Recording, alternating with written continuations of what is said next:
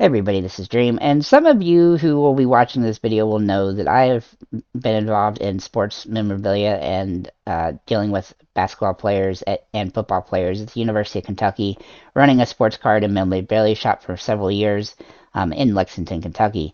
And I wanted to talk about some of the issues that came up while I was doing that and why I am such a big proponent of the name, image, and likeness policy that the NCAA has adopted, and why I think it's important and what the NCAA should do going forward after this point. So first part of this, I'm going to actually talk about a lot of the things that went on while I was open and with the old system, which which I very disliked because of a lot of reasons. I'm going to kind of get into the reasons. I do have to be careful a little bit. I'm not going to name people because I don't know exactly who's still involved and who isn't. And so I'm not really certain if I should name people at this point, but it might be something I do in a future video. Just I'm not sure exactly.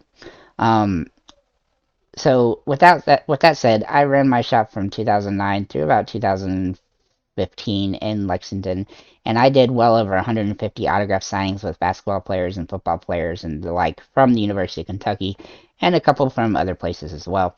But the vast majority was at the University of Kentucky, and the vast majority of the players that come through my shop were players that were uh, just leaving the UK, like going pro in football or basketball at the time. And so how that would work was that there was the NCAA rules basically stipulated that I couldn't contact or have a negotiation with the player until they've declared for that their eligibility at the university is done. So they would have to declare for the draft and hire an agent, and then their eligibility at UK would no longer exist. Then I could contact them. Now that policy seems pretty smart because you don't want to harm the player's eligibility, and I totally agree with not harming the player's eligibility. In fact, I would go out of my way to ensure that anything I did would not impede the player at any capacity. However, there was many people around that would break those rules and not care and abuse those rules, and I have seen that on so many accounts during my time at running a sports car shop, not even just at the University of Kentucky, but at other universities, who I would reach out to certain players that I had some knowledge of, knew through a friend or something like that as they were leaving, and then I would get information about things that were going on there. So I'm not going to really talk about those other places, but I'm going to talk about Kentucky. Um, there are several people involved at UK that would, go around and uh, offer items and stuff that players, you know, like autographs and things that players had signed at while they were still playing during the season to offer my shop and things. And I was always declining those, obviously, straight away. But that happened quite a bit. And then the other thing that would happen is that I would have people that were potentially connected with players, I should say, because I don't know if they were always connected with players, but they would contact me prior to the season being over, telling me information about the players and trying to negotiate deals. Now, I always tried to avoid those discussions until after the season was over. And I'm just making that very clear because I was under no desire to ruin a player's eligibility over some stupid autographs. Like, I enjoyed doing autograph signings, but I'm also a huge Kentucky fan, so I had no desire to, harm the eligibility of any player, any type of that nature. Um, I even, had a discussion with Sandy Bell once in order to try to understand exactly what the rules were, how they worked, and then, even to figure out what the heck was going on with people that were breaking these rules. So, with that said, I should add that Sandy Bell is the compliance director at UK. So, at any rate, I'm not going to get too much into that conversation, but just overall, there was a lot of things that would happen that I was very frustrated by, just when dealing with players, because many times I can think of at least five or six, well, not quite five or six, but probably three or four occasions early on where I negotiated with somebody, as soon as the season was over, and I would make a deal, and then the signing would happen. Me and that person would sign an agreement, and the signing would happen, and then like a week later, the player would contact me, directly, and be like, "Why did I only get paid, X dollars?" when I actually paid them, a significant portion more. That happening actually forced me to change where I required late, after several of this happening, where I required the player to be in on the deal with me so that I knew exactly how much money they were getting and they knew how much they were getting for the stop at my stop. Um, Obviously, there's a lot of money going around in some of these signings, and so it's important for me that the player who was, the person that was everybody's interested in, was going to be, compensated for what they were doing, but also within the legal bounds of what was allowed and required by, NCAA rules and things like that. So it was important to me that the player knew, but there was rules on how when I could even talk to the player. And then there was rules where I could talk to the people involved with them, and then agents, got involved later in the process as well. I found this whole system to be really, just so many problems, and I don't think that anybody, and I'm not 100% sure about this, but I don't think anybody that I was dealing with is still at the University of Kentucky or even associated with University of Kentucky in any way anymore. But I do know that there were some people that were or had been before, but were still kind of in the process. And I can think of several people that, had actually been in trouble by UK for breaking some of these rules, despite the fact that they were still doing it without any hesitation.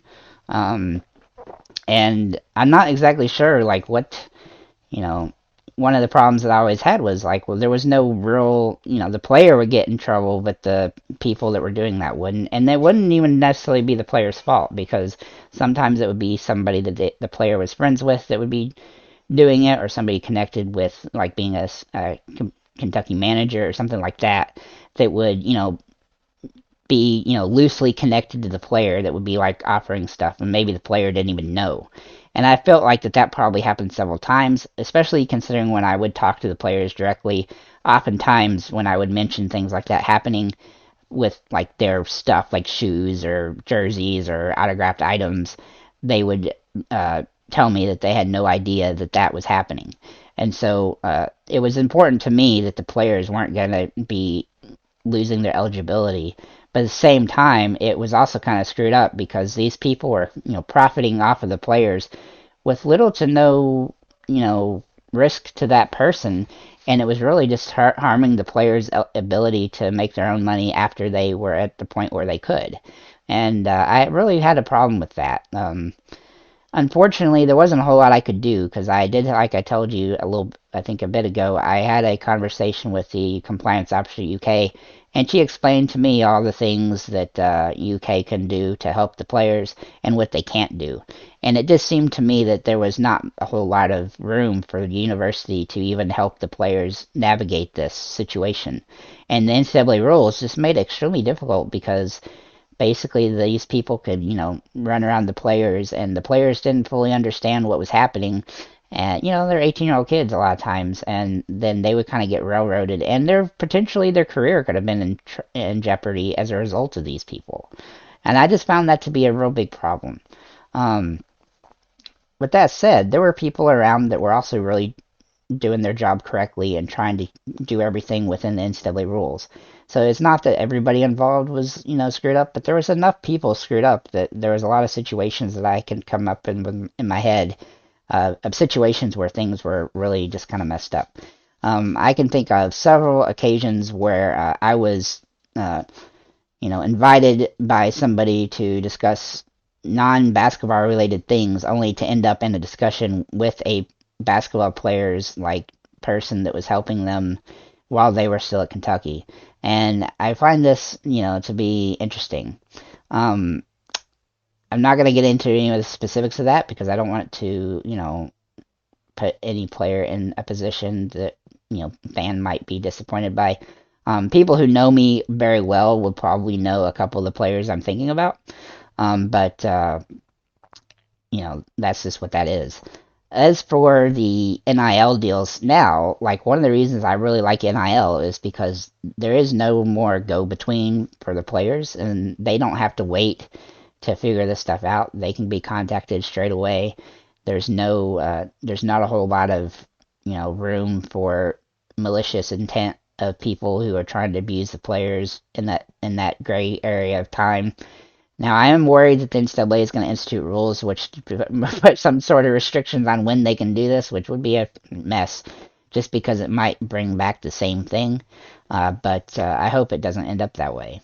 But it's very important to me, and I think to the players as well, that they have both a legal ability to do this in a way that is going to be beneficial to them and protect them from, scummy people who are trying to abuse the system and abuse the players themselves. Because I think it's financial abuse if a player is, if somebody uses a player to make money in a situation where they're not literally legally allowed to do so, or at least according to NCAA rules, putting the player at risk. We had several situations while I was involved, not at UK, that I heard from other schools where a player would get suspended because of of a booster or somebody, paying them $5,000 for a bunch of autographs or something like that. And I found those things to be just, you didn't want to do that especially if you're a fan of the team. Like, you don't want that to happen. You don't want that to happen to even an opponent's players. And occasionally that happened. I think one of the bigger deals was at the University of Georgia, where a running back got into trouble. And it was just a really bad thing because that running back was really high profile, and I think he lost the last part of his eligibility. And obviously, if you're a fan of the team, you don't want that to happen. Like, it's just not a good place. And so, that's one of the reasons why I really like NIL, because you can do that the day you get to campus.